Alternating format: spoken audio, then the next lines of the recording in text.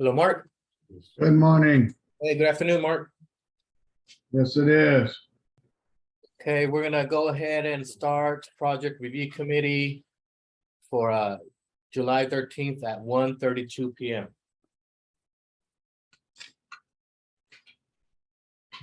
I'll go ahead and start with roll call here.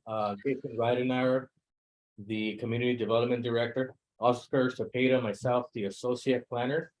We're also joined by Jed Hackett, the Assistant Planner, Javier Sanchez, the Engineering and Project Management Director, James Wickersham, the Chief Building Inspector. We're also joined by Clayton Dignam, the Fire Marshal, and Jeff O'Neill, the Interim City Planner.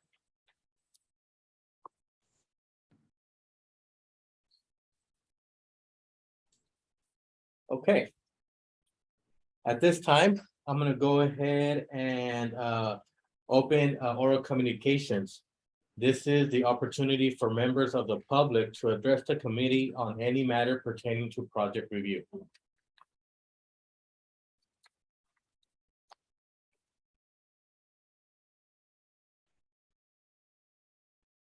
Hearing none, I'm going to go ahead and start with today's first item.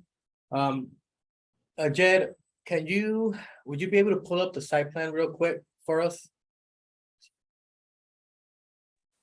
Yeah, give me a quick second. Thank you. So today we have one item, which is a project review committee number 2022-015. The applicant is proposing the development of a new 1,800 square foot commercial retail building. The building is proposed with 3 suites at about 600 square feet each suite. The property is located at 561 West Olive Avenue in the General and Service Commercial Zone District. The property is currently developed with a restaurant, El Jacalito, and a bakery, La Cosecha. Okay. So I'm going to start off with planning's comments. Just a quick question, Mark. Are you aware by adding 3 more establishments to the existing commercial property that it's going to be now considered a commercial center? What's the difference from what it is? Because now you have 2 establishments, the bakery and the restaurant. And Right. once you have 4 or more establishments on a commercial property, it's considered a commercial center. Just so you're aware, because there are going to be some additional standards that we're going to have to apply here. So Now, of course- commercial center? Correct. Now, of course, one quick solution could be just proposing 1 suite. Just 1 suite under those 1,800 square feet. Is it 4 or more than 4? 4 or more. Okay. Okay. So yeah, that's a question for the property owner. If so, of course, there's a quick solution to that. Just proposing that retail store just to be under one suite, right? In addition, strip malls are prohibited in the city of Porterville, is in which you have a line of businesses under one structure. Now, if we want to move forward, a quick solution for that is possibly proposing the building here like an L shape, right? In which no longer be considered a row of suites. Also, maybe pushing these stalls back here would help with circulation. You are showing right now the required parking, the required landscaping planters for their parking stalls. So yeah, it's just a question how you want the project to move forward, either as a commercial center or proposing just 1 unit. What does a commercial center? Well, number 1, we can't go with a strip mall. What is a strip mall? More than 1 building? A strip mall, an attached row of store or service outlets configured in a straight line. Doesn't matter if it's 1, 2, 3, 4, 5, huh? Yeah, again, it's because they're in a straight row. And of course, one quick what is it? Solution is to make it into like an L shape. Right?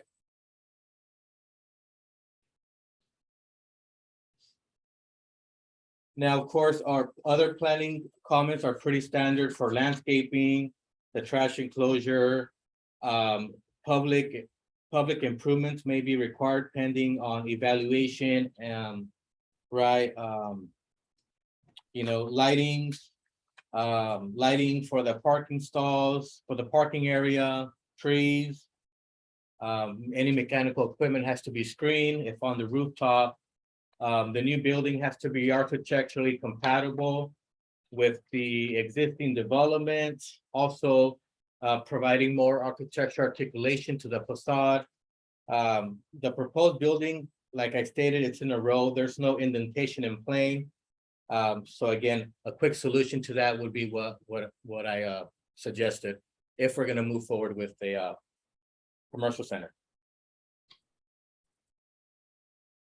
I think it could work, but we're gonna have to kind of, you know, rearrange the site here.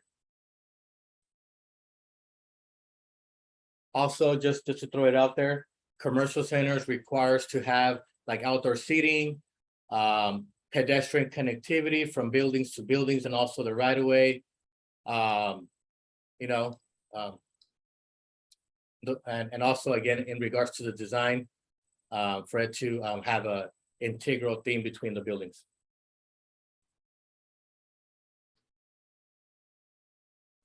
Yeah, if you look at the elevation, we were planning on matching the front element of the restaurant now with the 2 rows of trim, the parapet and that. Okay. The addition we were doing was adding awnings. The existing doesn't have any awnings.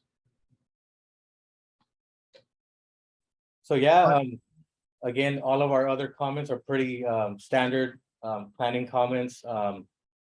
Unless you have questions for planning right now, I'm gonna go ahead and hand it off to building with James. What if, Oh, go ahead. when you say straight, a quick question, what if I offset each one of these by 3 feet? And stagger them by 3 feet? Would that be satisfactory? That would satisfy the articulation of the building itself, in which you'll be providing what is it called, indentation and plane. But again, it would still be, it's still a strip of mall because it's still in one row. So again, quick solution is possibly doing the L-shaped building.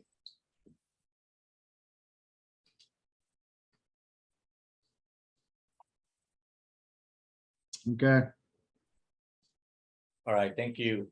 Next with James with building. So, Mark, just for me, it would be, just the fire rating, the 1 hour wall to the property lines. And to the existing bakery, just having a 1 hour wall on the north, I guess it'd be the north side. No, sir.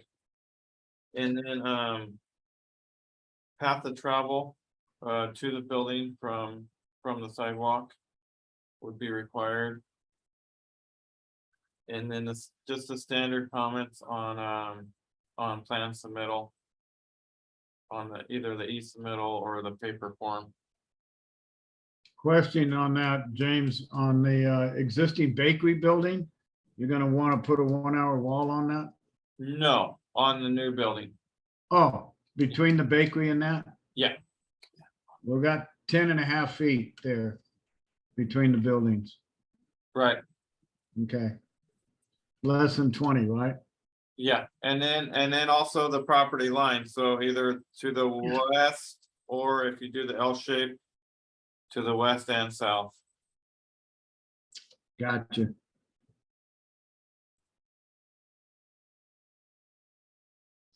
Okay, thank you, James. Next with Clayton in fire department. Don't have any major comments from fire. Essentially, it'll just be the standard Knox box, you know, address, fire extinguishers based on the occupancy and everything else. So But there's a hydrant on the corner and nothing proposed requires sprinklers. Question, Clayton, are you gonna want Knox boxes on the two existing buildings? What I do then is I try to tie them in, yes. At the time of this construction, we'd prefer to have that. Okay. Just because it'll be easier and they could actually do one Knox box for the property. And then Okay. we could just label the keys for each suite. All right, thank you. Thank you, Clayton. Next with Javier Sanchez. All right, for engineering, it'll just be, let me see, providing the path of travel across those two driveways, one on Olive, one on Howland.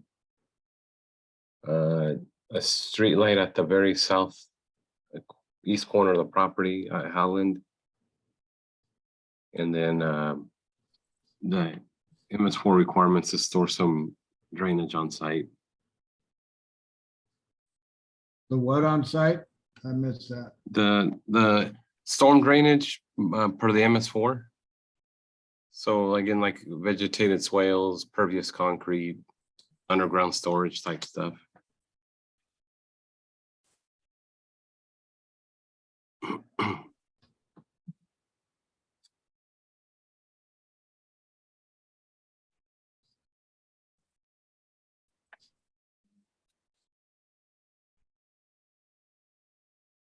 And that's all I had. Thank you, Javier. Mhm.